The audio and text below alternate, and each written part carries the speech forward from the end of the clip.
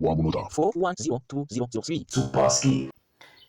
Ladies and gentlemen, wakibaza uti ese ni muri ka kanya nkuzaniye iki? Nshuti zanjye, kano kanya ikintu mbazaniye icyo bita VPN itanga megabytes z'ubuntu.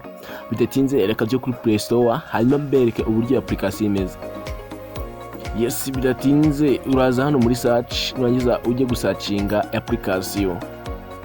Ikitonderwa, iyi VPN ikora kuri MTN ndetse na Airtel, ariko kuko mfite megabyte kuri Airtel kambereke kuri MTN. VPN yacu yitwa Amutuna Lite VPN.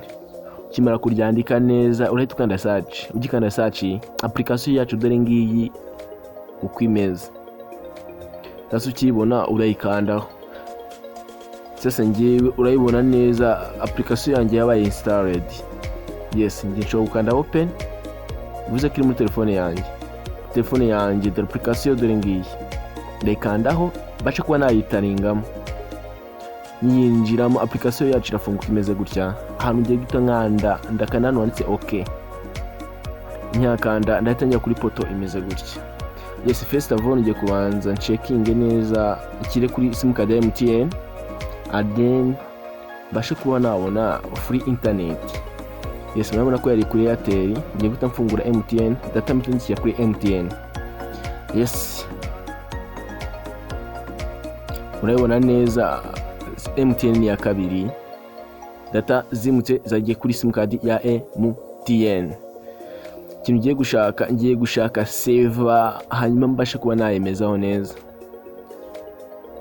Yes, ngiye gushaka iyo bita Universe 20 ngiye kuba nareba hanyuma ibashe kuba yankorera free internet neza cyane.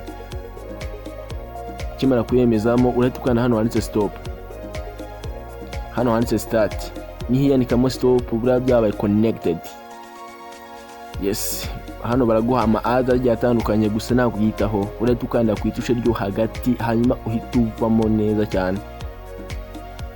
Yes, ngiye gutenja kuri YouTube and then turaje kureba koko ese izi megabytes zirakora. Yes, already nyinja kuri YouTube urabona neza ko megabyte. Ubundi kinja kuri YouTube ukabona amagambo ameze gutya, ibintu biba byabaye. Uyikunze kana subscribe, ndabakunda cyane. Ciao ciao.